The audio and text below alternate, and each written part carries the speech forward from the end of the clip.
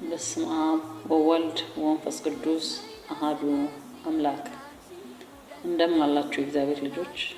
እንደ እግዚአብሔር ፍቃድ ልጆች ዛሬ ስለ ዘመን መለወጫ እንቁጣጣሽ በዓል ምን እንደሆነ እነግራችኋለሁ። እንቁጣጣሽ ወይም የዘመን መለወጫ በሀገራችን ትልቅ በዓል ነው።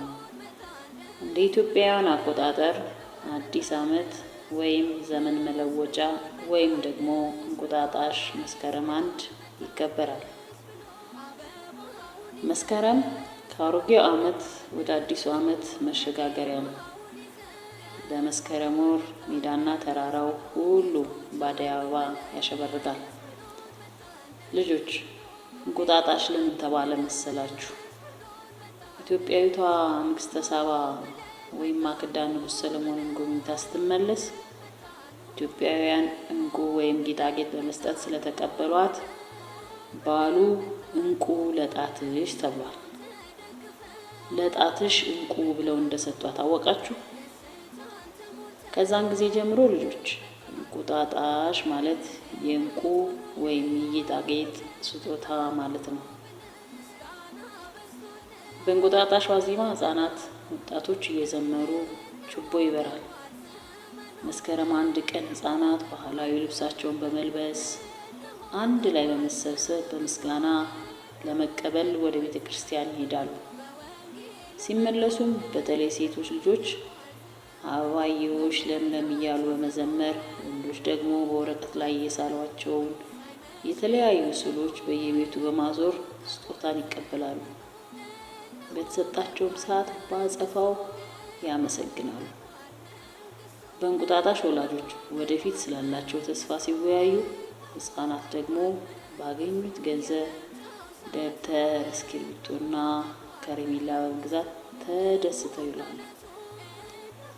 በተጨማሪም ልጆች መስከረም 1 የመጥምቁ ዮሐንስና የሌሎች ቅዱሳን መታሰቢያ በዓል በገጠርና በከተማ አብያተ ክርስቲያን በደመቀ ሁኔታ እንደሚከበር ታውቃላችሁ?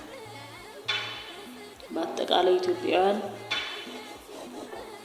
አዲስ ዓመት በሰማይ ያሉ ቅዱሳንን ከአምላካችን ከኢየሱስ ክርስቶስ ጋር እናከብራለን።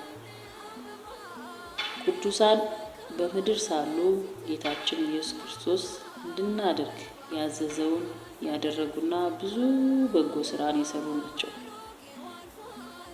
ታውቃላችሁ ልጆች? እግዚአብሔር ያዘዘውን መልካም ስራ የሰሩ ቅዱሳን ይባላሉ። ሲሞቱም ከአምላካቸው ጋር ለመኖር ወደ ሰማይ በመሄድ ዘወትር የአምላካቸውን ፊት እያዩ ደስ ይላቸዋል። ልጆች እነዚህ ቅዱሳን ዘወትር ወዳጆቻችን ማድረግ እንችላለን። እያንዳንዳቸውን ቅዱሳን መርጠን ወዳጆቻችን ማድረግ እንችላለን።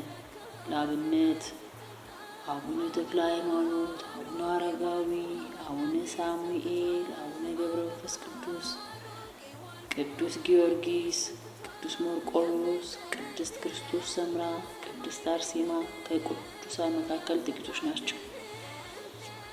ለምሳሌ ልጆች ስዕሎችን አይታችሁ የማን ስዕል እንደሆነና ምን አይነት የድግነት ወይም የቅዱስነት ተግባር እንደፈጸሙ ስዕሎችን አይታችሁ ጠይቃችሁ ታውቃላችሁ? አቡነ አረጋዊ ስዕል ላይስ የሚገኘው ዘንዶ ወይም አቡነ ገብረ መንፈስ ቅዱስ ስዕል ላይ የሚገኙ አንበሶችና ነብሮች ስታዩ ምን እንደሆነ ለወላጆቻችሁ ጠየቃችሁ? ልጆች እግዚአብሔር ስለሚወደን እንደ ቅዱሳን እንድንሆን ይፈልጋል። እናንተስ ቅዱሳን ለመሆን ምን ያህል ተዘጋጅታችኋል? እግዚአብሔር ዘወትር የሚመለከተን መሆኑን አውቀን ትክክለኛ ስራ የምንሰራ መሆን ይኖርብናል። ልጆች የእግዚአብሔር ቸርነት፣ የቅዱሳን ተራዳይነት ከሁላችን ጋር ይሁን።